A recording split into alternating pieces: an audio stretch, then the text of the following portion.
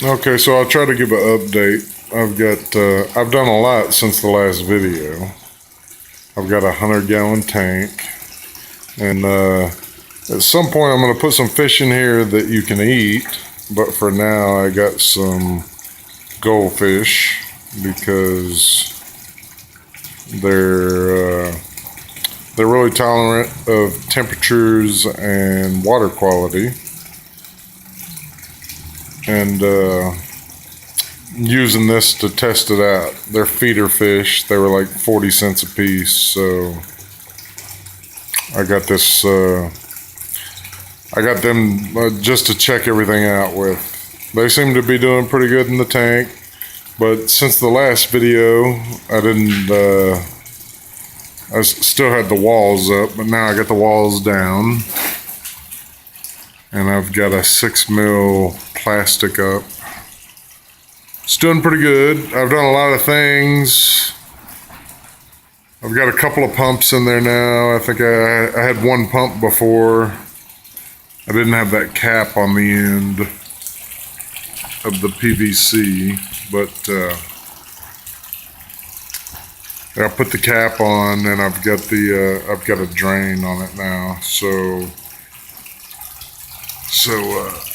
I could raise the water level inside the tube. And I didn't put a fitting in it, I just used silicone. And I don't know for a fact that whether silicone's good or not for the fish, but I know that silicone is it's biodegradable. And it doesn't seem to be hurting the fish. They seem to be doing really, really well. That's what I have going on with that. My thoughts on this is if I put silicone on it, if I need to raise the water level, I can just pull this out, stick it up further, re-silicone it, and do it that way.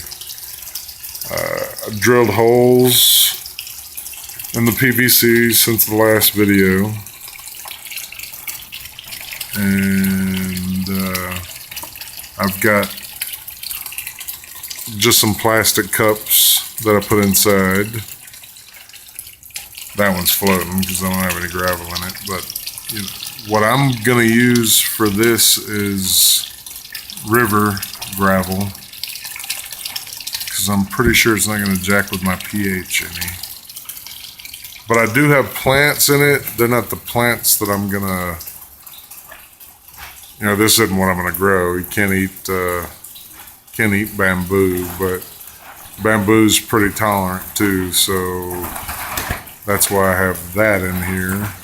It's pretty tolerant of water quality and temperature also.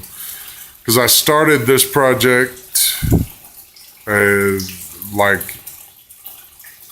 it's right at winter time, so we're fixing to get to the extreme on temperatures.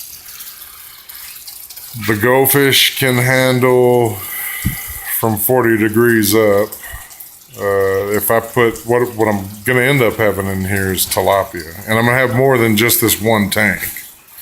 I'll probably have about 8 of these 100-gallon tanks in here. But tilapia aren't gonna make it through the winter with how I have things going right now. But the goldfish might, and they'll feed the plants. So right now what I'm trying to do is focus on throwing heat in here. I'm trying to figure out different ways to make it warmer inside this shed. One of the ways that I have, or one of the things that I'm trying to do to make it warmer in here right now is I have this, I got the second pump. And when I plug this pump in, that would be the pump right there. And that would be the discharge for the pump. But when I plug it in, I have water coming through here. This is a 40-watt pump. So if I had it running all day long, the maximum it would use would be less than 900 watts, less than a kilowatt. and 1 kilowatt running on the grid is about 13 cents. But what I have is I've got this pump running through this hose, and it's going out that wall right there. And when it goes out that wall,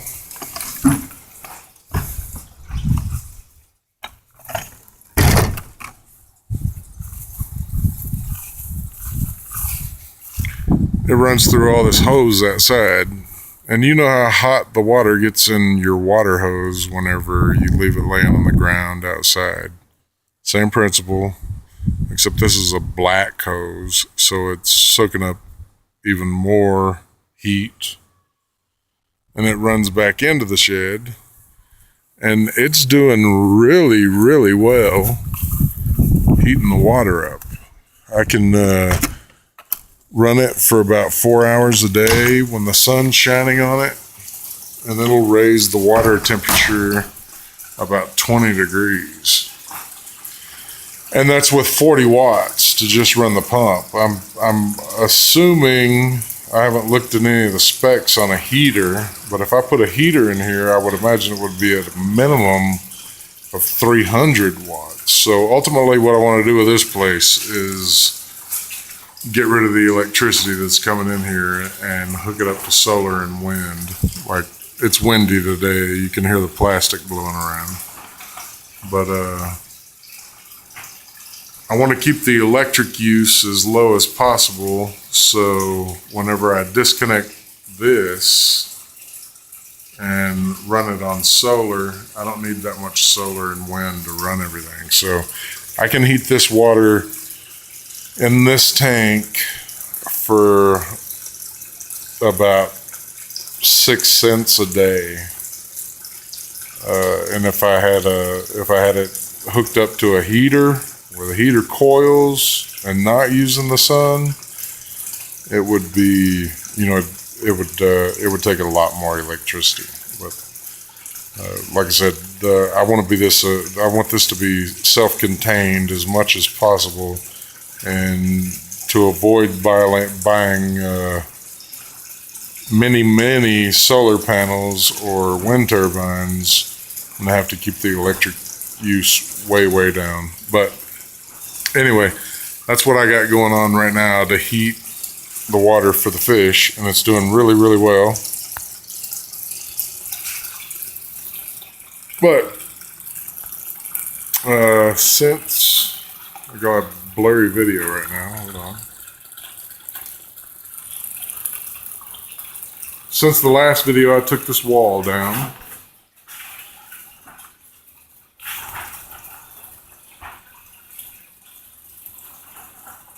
And it may just stay blurry. But anyway, I took all the panels off the wall. Like I said, the shed was falling down. And maybe this will do it. No.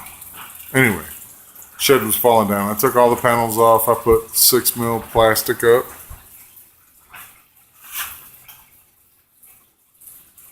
There we go. I put 6 mil plastic up, and I've drilled holes in the PVC, and I put just plastic cups inside of it. Right now I've got bamboo growing in it because it's really tolerant and it grows really fast, and it supposedly absorbs a lot of the waste from the fish. So I've got the dirtiest fish, and I've got the best absorbers of waste going right now until I get everything sorted out the way it needs to be. And everything's going pretty good so far. I don't know how the bamboo's growing. Like I said, it's been a week since my last video. It seems to be doing good. I just put the fish in maybe 4 days ago. They're doing really well. I've had a couple that committed suicide since yesterday, or 2 days ago. Hadn't swept them up yet, but I plan on using them for the duckweed project, so I just let them lay there. But everything seems to be going all right. Water quality is great. It's really clear. It wasn't this clear before, but it's getting. I mean, it's as clear as it can be right now.